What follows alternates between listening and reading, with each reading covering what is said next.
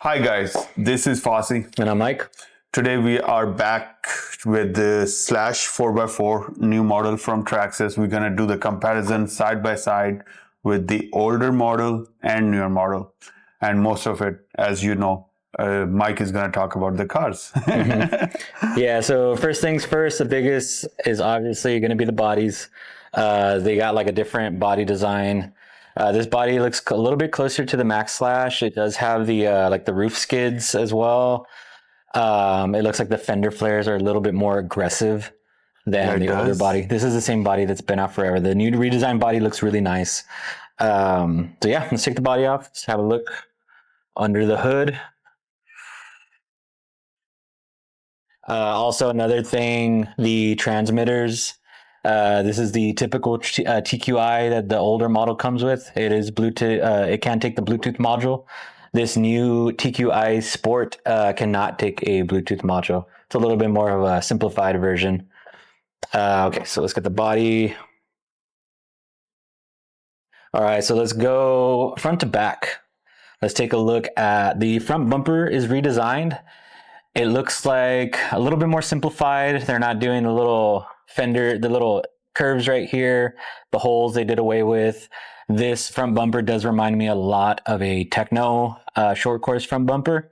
So it's nice. It's a good improvement. Just change it up. They changed the body. Might as well change the bumper. Yeah. The back does look the same. I think it's exactly the same. Yeah, the rear bumper is the same. It looks like beefed up a little bit, no? It might be a little bit thicker, but the design is the same. Yeah, so front bumper, that's the first thing going front to back, like I said. And then these shocks. Traxxas has put their Ultra shocks on everything for the longest time. They are going to GTR shocks. They are plastic, but nonetheless, they're still GTR shocks. These come pre-assembled on these new VXL models now. And they're nice. They feel very, very, very good compared to the stock ones. The Ultra shocks are fine, but they're fully plastic. They're not threaded, so you have to use the little plastic spacers. Those go everywhere. They could pop out if you hit something hard enough. The shock caps tend to pop off of those because the threads are so small. So GTR shocks, they don't really have that issue. We'll see how the plastic ones do, but I'm assuming they're gonna hold up just as well. But yeah, next thing that I noticed that they are solid plastic links now. The camber and the toe links, they are not the metal adjustable ones like that comes on the older model. I'm not sure why they did that. I think it's just so it's a solid link, and you don't there is no adjustment. It should be kind of it's simplified, for the average person that is getting into the hobby. They don't want to have to really mess with camber and toe. They just want something that's going to rip in the backyard. But don't you think this adjustment help a little bit more? It does help, but a lot of people aren't even going to know how to do it. But it is nice to have it. I'm a fan. I want the metal turnbuckles. I want adjustable turnbuckles, but I'm not sure. Hey, I guess it was to cut the cost. Yeah, and sorry, I'm going to add something. Mm-hmm. It's been a while since Traxxas started using the thicker drive shafts. Yeah. That's something they have improved for a while. It's been more than a year. They also use heavy plastic in there too. The extreme heavy duty. Yeah. They used to sell it in a kit first. Remember that? Oh, nice. Yeah. So they used to just have a little box kit, and then they went to having it pre-installed, and now it's kind of like the standard. That's usually what it comes with now. But yeah, the gray plastic still on everything. They upgraded the A-arms, shock towers, Nerf bars, battery tie down. It looked like they went to this gray plastic on a lot of stuff. I'm just noticing that the Nerf bars do have a little pad that's kind of cool. Oh, nice. Yeah, so it doesn't rub away the paint of the body. This is now a low center gravity chassis, which I think is probably the biggest difference. The high center gravity, let's see, side by side, you can see the difference.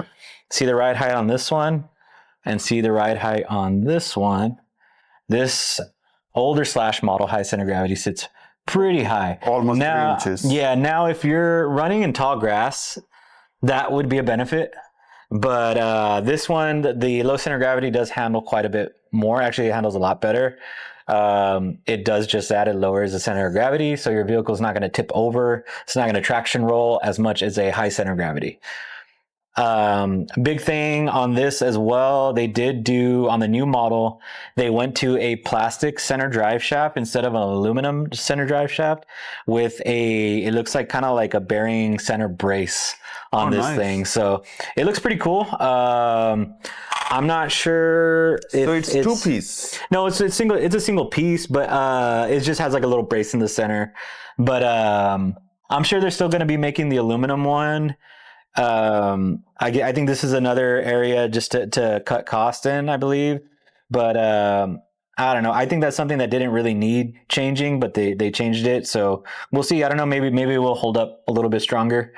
But yeah, going back, obviously the electronics we talked about before. Also servo. Oh yeah, the servo is going to be a different servo. This is I don't even know what's in here. 2057, that is the new servo. It's Metal Gear servo. It is not the 2075 plastic servo from Traxxas. So that's nice. The regular VXL model, non-ultimate, is coming with Metal Gear steering servos now instead of a plastic gear. Motor and speed control is the updated VXL. This is a 3200 kV motor versus the 3500 kV motor. This is a slightly shorter can. This is a longer slotted can. People are really liking this motor. Really? It seems to be actually faster than the 35. I believe it's just because it has a lot more torque. So off the line is probably going to have more speed. And they're fanning it up. You got a fan on the speed control, got a fan on the motor. So that's pretty cool that it's coming pre-installed now. Yeah, before we used to sell them separately for more dollars, more money for us, you know? Yeah, 25 for the motor. We usually did like ProTech fans and racing mounts for the motor. Yeah, clipless system still there. Going back, it looks like the back is pretty much the same. The A-arms, the shock towers, shocks, it's pretty much the same stuff. Tires, they went to a Kumo tire. I believe these are popular for the stock class racing versus the BF Goodrich tires that they go to. Now, I believe the Ultimate is still the only one with the S1 compounds. Those are like the softest rated compound tires from Traxxas. Those are really nice. But these look really good. These look really nice. They just went to a straight up black wheel instead of having like a silver beadlock ring on these right here. But they look good. It's still the same wheel, right? It's still the still the same size. Still the 5-spoke with the dual spokes. Yeah, but this is the new model. The price point is going to be the same. They're $429.95. So this is the updated version. I feel like they did cut costs on some stuff, but they made improvements on other spots.